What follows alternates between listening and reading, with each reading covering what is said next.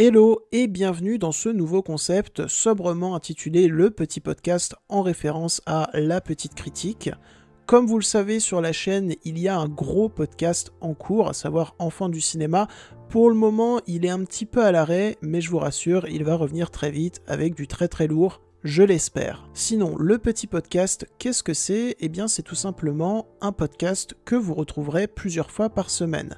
Mais attention, je n'ai pas encore fixé de date précise, c'est-à-dire qu'il n'y aura pas un épisode tous les mardis à 19h. Voilà, ça peut être des dates très aléatoires. Ce format, dans un premier temps, va me permettre d'être plus régulier sur la chaîne, donc je pense que ça vous fera plaisir si vous aimez ce que je fais, mais en plus de ça, ce format va me permettre également d'aborder des films que je n'aurais pas forcément abordés en critique ou en petite critique. J'espère que ça va vous plaire, c'est parti pour le film du jour. 20th Century Fox presents an extraordinary motion picture. Robin Williams in a Barry Levinson film. So this is Paris. Toys! Toys est un film sorti le 28 avril 1993 et est réalisé par nul autre que Barry Levinson, à qui on doit l'excellent Rain Man, mais également le très moyen selon moi Good Morning Vietnam. Le film est scénarisé par Barry Levinson lui-même, mais également par Valerie Curtin, qui a un rôle dans Les Hommes du Président, qui est un film que je dois absolument voir. Vraiment, je ne comprends pas pourquoi je ne l'ai pas encore vu. Toys possède ce qu'on pourrait appeler facilement un casting en or, puisqu'il y a dans les rôles principaux les regrettés Robin Williams et Michael Gambon, mais il y a également Joan Cusack, Robin Wright et Arthur Mallett, qu'on a pu voir dans Hook ou La Revanche du Capitaine Crochet de Steven Spielberg. Et alors, mes chers auditeurs, mes chères auditrices, que nous raconte ce fameux film Toys ? Un vieil homme, patron d'une excentrique fabrique de jouets, décide à la surprise générale de léguer son entreprise à son frère, un militaire au cœur de pierre. Lorsque celui-ci commence à fabriquer des armes à la place de jouets, une réponse énergique s'impose. Et alors, pour la petite histoire, Toys, c'est un film dont je n'avais jamais entendu parler, je l'ai découvert totalement par hasard, puisque un soir, avec mon père, on voulait regarder un film avec Robin Williams, et on avait le choix entre Jumanji et un film avec Robin Williams qu'on n'avait jamais vu. Et on est tombé sur Toys. Et la première chose qui te frappe quand tu regardes le long métrage, c'est à quel point il est beau.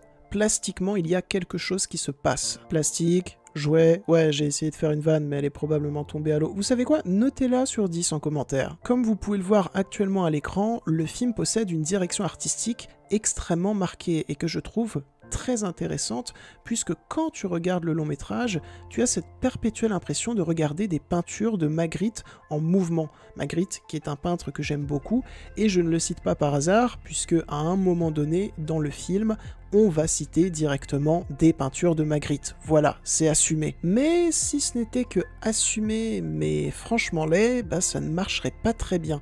Et ce n'est pas laid à un seul instant, parce qu'il y a un vrai soin dans le cadrage, dans la technique, pour te faire croire à cet univers complètement fou. Le film arrive à la fois à par moments isoler des personnages dans des grands décors complètement déconnectés du réel, et à d'autres moments, quand il s'agit de créer d'autres décors complètement déconnectés du réel, mais qui sont bourrés à craquer de détails, eh bien ça marche très bien également.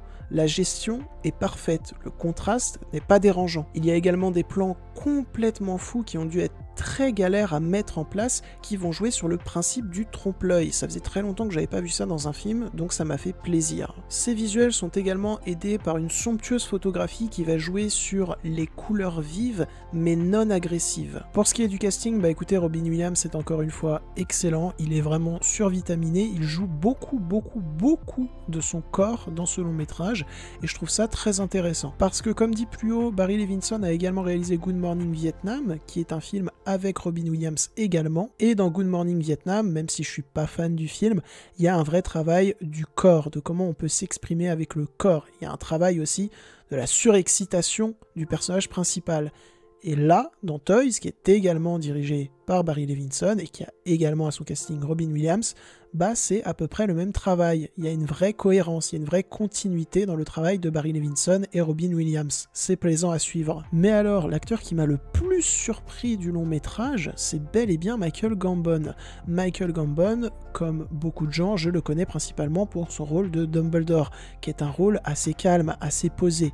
Et alors là, dans ce rôle de militaire complètement fou, il est absolument génial. Ce que j'ai beaucoup aimé dans son interprétation, c'est qu'on pourrait croire d'un premier abord que c'est du pur cabotinage bête, mais en fait c'est très loin d'être ça, parce qu'il y a quand même une certaine maîtrise. Certes, Michael Gambon s'amuse, mais il souhaite également et avant tout construire un personnage, et on lui découvre des mimiques qu'on ne connaissait pas avant et qui sont juste jouissives. Il y a une scène excellente entre Robin Williams et Michael Gambon où ils sont assis dans une petite voiture toute ridicule et ils sont en train de conduire dans un endroit où ça a l'air juste ultra galère de conduire, et ça fait un bien fou de voir ces deux comédiens absolument géniaux se donner la réplique et essayer de nous faire rire. Et devinez quoi, ils y arrivent parfaitement. Pour ce qui est de ce que raconte le long métrage, je trouve ça également très intéressant puisqu'on va nous parler de sujets assez sérieux comme par exemple le capitalisme et surtout le fait de capitaliser sur la guerre auprès des enfants. C'est quand même un sujet assez sombre mais qui est bien traité et intéressant parce qu'on va opposer la vision du personnage de Robin Williams et la vision du personnage de Michael Gambon au travers de dialogues certes drôle, mais également très lourd de sens. C'est vraiment très ingénieux, je trouve. Bon, après, le film possède quand même quelques petits défauts, enfin, surtout un gros défaut, à savoir sa troisième et dernière partie, qui se veut spectaculaire, mais malheureusement, en termes de mise en scène, ça ne suit pas trop. Déjà parce que je ne comprends pas pourquoi Barry Levinson est autant passionné par les pieds. On dirait Tarantino, le mec. Je veux dire, il y a toute une scène de course-poursuite qui est malheureusement pas très lisible, mais en plus de ça, t'as le 3/4 des plans qui sont focus sur les jambes, les pieds des acteurs et actrices en train de courir. Et vraiment, je ne comprends pas ce que ça fout là. Qu'est-ce que ça raconte? Qu'est-ce que tu veux nous dire, Barry? Surtout que le reste, comme je l'ai dit, n'est franchement pas très lisible. Et c'est dommage parce que en vrai, il y a plein de bonnes idées dans ce climax, comme par exemple opposer des jouets innocents à des jouets de guerre. Ils vont se faire la guerre. C'est une idée, sur le papier, qui promet des visuels vraiment inspirés. Sauf que là, en termes de cadrage et en termes de lisibilité, ça traîne vraiment en longueur ce final, je trouve. Mais bon, on va passer outre cette troisième et dernière partie parce que le reste du film est quand même très bien, ça fait rêver. Il y a également une très bonne musique qui a été composée notamment par Hans Zimmer.